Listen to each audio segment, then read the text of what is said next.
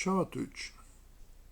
Per concludere questo mese di settembre, siamo già arrivati al 30 settembre, e voglio ricordare il santo di oggi che molti conoscono, San Girolamo o Gerolamo, in milanese è un Girolum e in latino Hieronymus, che qui vediamo nel splendido quadro di Antonello da Messina.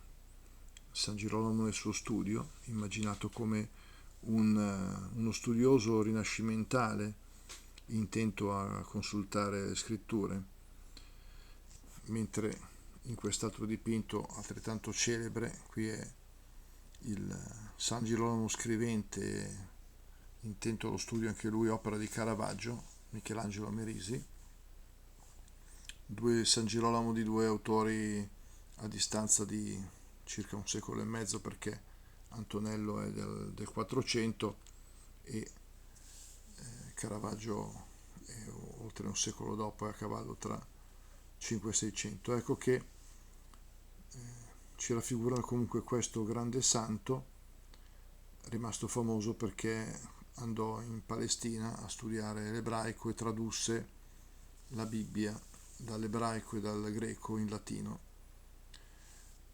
E intanto che ricordiamo l'importanza di conoscere questo testo, la Bibbia, testo sacro per, per cristiani, prima ancora per gli ebrei, valido anche per altre religioni,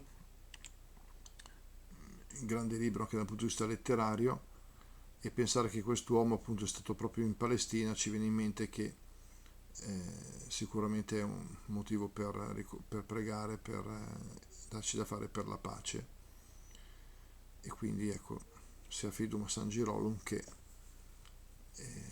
la fa il possibile per far conoscere la Bibbia, la Sacra Scrittura. Bene. E ricordando anche i vari Gerolamo, almeno che ho conosciuto io personalmente, e qualcuno di voi l'avrà conosciuto, è un nome magari adesso non comunissimo, però sicuramente che ha ricordato questo grande personaggio, questo grande studioso, scrittore, e che ha ispirato appunto poi grandi artisti per le loro opere. Se sento un presto, ciao a tutti, ciao ciao.